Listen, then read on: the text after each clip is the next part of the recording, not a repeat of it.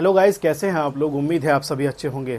दोस्तों, नीट 2025 का एग्ज़ाम हो चुका है, रिजल्ट भी आ चुका है। अब सभी स्टूडेंट्स की निगाहें टिकी हुई हैं काउंसलिंग को लेकर, यानी कि आयुष काउंसलिंग कब शुरू होगी।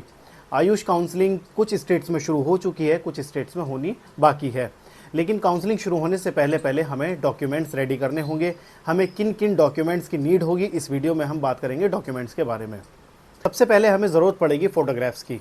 जी हाँ, 10 से 12 फ़ोटोग्राफ्स आपके पासपोर्ट साइज़ कलर्ड फ़ोटोग्राफ होने चाहिए। कोशिश कीजिएगा जो आपने नीट में अपने फ़ोटोग्राफ्स लगाए थे, यानी कि नीट का जब फॉर्म फिल किया था वही हो तो बेस्ट रहेगा। अदरवाइज़ अगर आपके लेटेस्ट फ़ोटोग्राफ्स भी हैं तो वो चल जाएंगे, ऐसा नहीं है कि नहीं चलेंगे, लेकिन अगर वो ही मिल जाएंगे तो बेस्ट रहेगा। ये आप 10 से 12 फ़ोटो बनवा कर रखिएगा, क्योंकि आप जब वेरिफिकेशन के लिए जाएंगे वहाँ पर भी आपको नीड पड़ेगी। जब आप वापस कॉलेज आएंगे डॉक्यूमेंट सबमिट करने, वहाँ पर भी आपको इनकी ज़रूरत पड़ेगी। अब बात करते हैं एकेडमिक्स डॉक्यूमेंट के बारे में, यानी कि हमें सबसे पहले नीड होगी हाई स्कूल की, high school certificate and marksheet की। कुछ स्टूडेंट्स की हाई स्कूल सर्टिफिकेट और मार्कशीट एक ही होता है, उस पर लिखा होगा मार्कशीट कम सर्टिफिकेट। अगर नहीं लिखा हुआ है, सिर्फ मार्कशीट लिखा है, तो वो सिर्फ मार्कशीट है, तो सर्टिफिकेट आपको अलग से लेना होगा। अगर आपके पास है तो वेल एंड गुड, अगर आपके पास नहीं है तो अपने कॉलेज से, स्कूल से कॉन्टैक्ट कीजिए इस बारे में। अब बात करते हैं इंटरमीडिएट की। सेम प्रोसेस जो हाई स्कूल में था वही इंटरमीडिएट में भी रहेगा, यानी कि मार्कशीट कम सर्टिफिकेट, आपको दोनों चीज़ों की ज़रूरत पड़ेगी। अगर मार्कशीट कम सर्टिफिकेट आपकी मार्कशीट पर लिखा है तो ये एक ही है, दोनों में एक ही चल जाएगा। अदरवाइज़ अगर मार्कशीट लिखा है तो आपको सर्टिफिकेट की नीड अलग से होगी, वो आपको स्कूल या आपके कॉलेज से मिलेगा। अदरवाइज़ अगर नहीं मिला है तो आपको वहाँ से लेना होगा। अगर आपके पास है तो बहुत अच्छी बात है, ये हो जाएगा आपका इसी से काम। जब आपने नीट का एग्ज़ाम दिया था तो नीट का एग्ज़ाम देने से पहले आपने एक एडमिट कार्ड डाउनलोड किया होगा।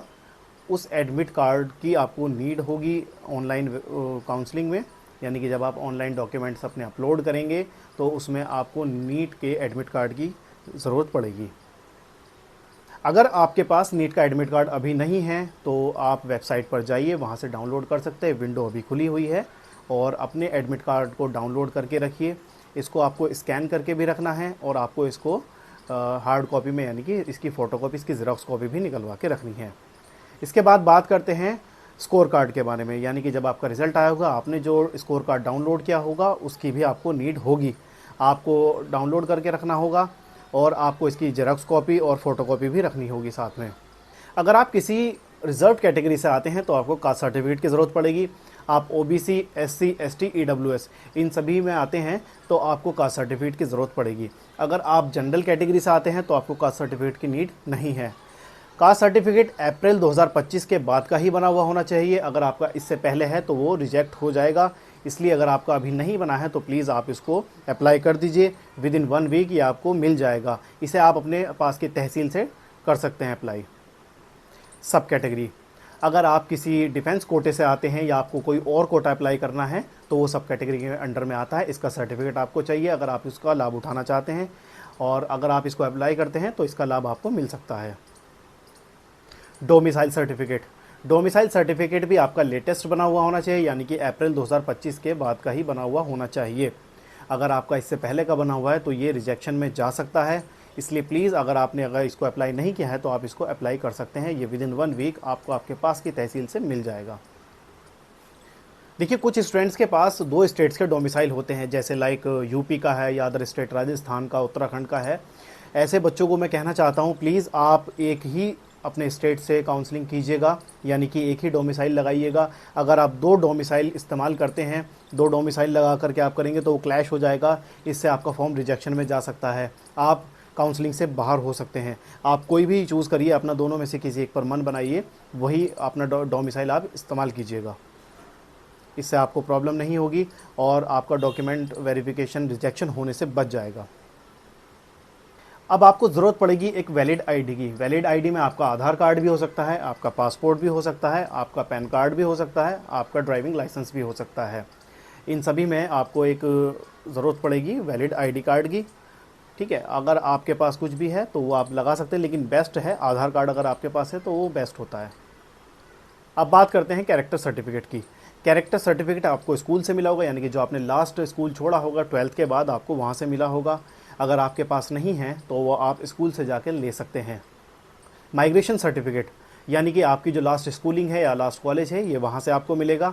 अगर आपके पास है तो वेल एंड गुड, अगर आपके पास नहीं है तो आप अपने लास्ट कॉलेज या स्कूल से इसको ले सकते हैं। टीसी यानी कि ट्रांसफ़र सर्टिफिकेट। ट्रांसफ़र सर्टिफिकेट आपको आपके स्कूल से मिलता है, ये आपको ओरिजिनल चाहिए होगा। ये जब आप अलॉटमेंट लेटर लेकर कॉलेज में वापस आएंगे, ये डॉक्यूमेंट्स आपको तब सबमिट करने हैं। टीसी आपको ओरिजिनल सबमिट करनी होगी। एफिडेविट ऑफ गैप, अगर आपका कोई कॉलेज के बाद या स्कूल के बाद कोई गैप है तो इसमें एक एफिडेविट 10 रुपये के स्टैम्प पेपर पे बनता है। नॉर्मली आपके जो पास में कोर्ट या तहसील होगा वहाँ से आप इसको बनवा सकते हैं। याद रखिएगा जब आप कॉलेज में जाएं विदिन 1 वीक इसको बनवा लेना, क्योंकि ये लेटेस्ट ही होना चाहिए, 7 दिन पुराना होना चाहिए, इससे ज़्यादा पहले का ना हो। तो इसलिए अभी इसकी नीड नहीं है। आप आराम से पहले अपनी काउंसलिंग करा लीजिए। काउंसलिंग होने के बाद जब आप वापस कॉलेज में आएंगे तो ये बन जाएगा। इसमें बहुत ज़्यादा समय नहीं लगता है, मुश्किल से हार्डली 30 मिनट्स में तैयार कर देते हैं कोर्ट या तहसील से। Allotment letter. अलॉटमेंट लेटर जब आप ऑफलाइन फिज़िकल वेरिफिकेशन के लिए नोडल सेंटर जाएंगे, आपके स्टेट का जो भी हो सकेगा, जैसे मैं बात करूं यूपी के बारे में तो यूपी में राजकीय होम्योपैथिक सेंटर गोमती नगर लखनऊ में होता है नोडल सेंटर।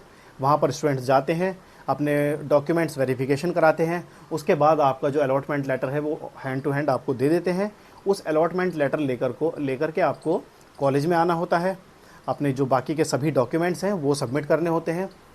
ठीक है, उसके साथ ही आपको जो जैसे गैप सर्टिफिकेट है या आपका जो मेडिकल सर्टिफिकेट है, ठीक है, ये सभी इसके साथ सबमिट करने होंगे। मेडिकल सर्टिफिकेट की जो नीड होती है वो कॉलेज में होती है, उसकी काउंसलिंग में नीड नहीं होती। कुछ कॉलेजेस खुद करा लेते हैं, कुछ कॉलेजेस आपको बता देंगे कि आपको कहाँ से ये कराने हैं। एफिडेविट ऑफ एंटी रैगिंग, ये एंटी रैगिंग के 2 एफिडेविट बनेंगे, एक स्टूडेंट के नाम का बनता है, एक पेरेंट्स के नाम से बनता है। इसमें आपके जो 10 रुपीज़ का स्टैम्प पेपर होता है दोनों का अलग अलग बनेगा, पेरेंट्स का अलग बनेगा, स्टूडेंट का अलग बनेगा। उसमें आपकी फ़ोटोग्राफ्स, ये पूरा फॉर्मेट आपको वेबसाइट से मिल जाएगा इजीली, और ये आपके पास की कोर्ट कचहरी या फिर तहसील से बन सकता है। ये आपको जब आप अपने डॉक्यूमेंट सबमिट करेंगे उस वक्त ही आपको सबमिट करना होगा। ये सभी डॉक्यूमेंट्स आपको काउंसलिंग शुरू होने से पहले रेडी रखने होंगे। यानी कि जब आपकी ऑनलाइन फॉर्म फिलिंग होगी, यानी कि जो आपका आयुष काउंसलिंग की फॉर्म फिल किया जाएगा, उस वक्त जो आपके एकेडमिक्स के डॉक्यूमेंट्स हैं वो आपको स्कैन करके, क्लियर स्कैन करके अपलोड करने होंगे। इस चीज़ का ख़ास ध्यान रखा जाए, अगर ये क्लियर स्कैन नहीं होंगे तो ये रिजेक्शन में जा सकते हैं, और एक छोटी सी गलती आपको बहुत परेशानी में डाल सकती है, आप राउंड से बाहर हो सकते हैं। और एक बार राउंड से बाहर होने का मतलब है कि सीटें फुल हो जाना या आपकी चॉइस का कॉलेज ना मिलना। अगर आप चाहते हैं कि आपका काउंसलिंग प्रोसेस बहुत स्मूथ और अच्छे से हो तो आप हमसे कांटेक्ट कर सकते हैं। हमारी टीम आपको कांटेक्ट करेगी, हमारा नंबर डिस्क्रिप्शन में लिखा हुआ है, आप जाकर हमसे कांटेक्ट कर सकते हैं। अच्छे से अच्छे और बेस्ट कॉलेज हम आपको आपके मार्क्स के अकॉर्डिंग दिला सकते हैं। अगर आप चाहते हैं कि आपका काउंसलिंग प्रोसेस बहुत स्मूथ और अच्छे तरीके से हो तो डिस्क्रिप्शन में हमारा नंबर है, आप हमसे कांटेक्ट कर सकते हैं काउंसलिंग के लिए। आपका काउंसलिंग का प्रोसेस सारा हम करेंगे, आपकी मार्क्स के अकॉर्डिंग जो आपको कॉलेज मिल सकेंगे हम आपको वो बताएंगे कौन कौन से कॉलेज आप अप्लाई कर सकते हैं। काउंसलिंग का शेड्यूल कभी भी आ सकता है, इसलिए आप अपने डॉक्यूमेंट्स रेडी रखें। डॉक्यूमेंट रेडी रखने के लिए आपको जो आपके ओरिजिनल डॉक्यूमेंट्स हैं उसको एक अलग फोल्डर में रखिएगा, यानी कि एक प्लास्टिक की फाइल लीजिए, सारे ओरिजिनल डॉक्यूमेंट्स उसमें रखिएगा। जितने भी डॉक्यूमेंट्स आपको बताए गए हैं इन सभी डॉक्यूमेंट्स की 3-3 फ़ोटोकॉपी निकलवा कर रखिए, यानी कि सभी डॉक्यूमेंट्स की 3-3 सेट बनाइएगा।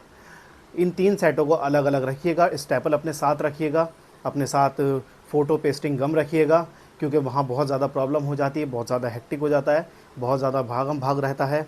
और आप अपने पास एक पेन कैरी कीजिएगा, क्योंकि वहाँ पर आपको पहुँचने के बाद फॉर्म फिल करने होंगे, कुछ वो फॉर्म देंगे वो आपको फिल करने होंगे।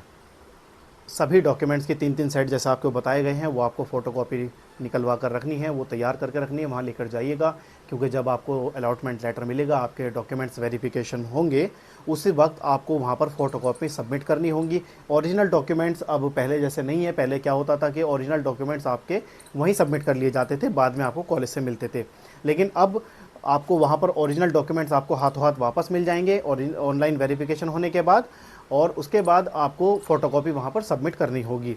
फ़ोटोकॉपी सबमिट करने के बाद, ऑनलाइन वेरिफिकेशन होने के बाद आपको अलॉटमेंट लेटर दिया जाएगा।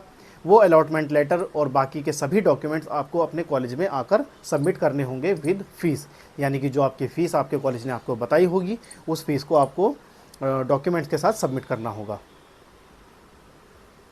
आप ध्यानपूर्वक अपने सभी डॉक्यूमेंट्स ओरिजिनल भी और फोटोकॉपी भी नोडल सेंटर पर लेकर जाएं।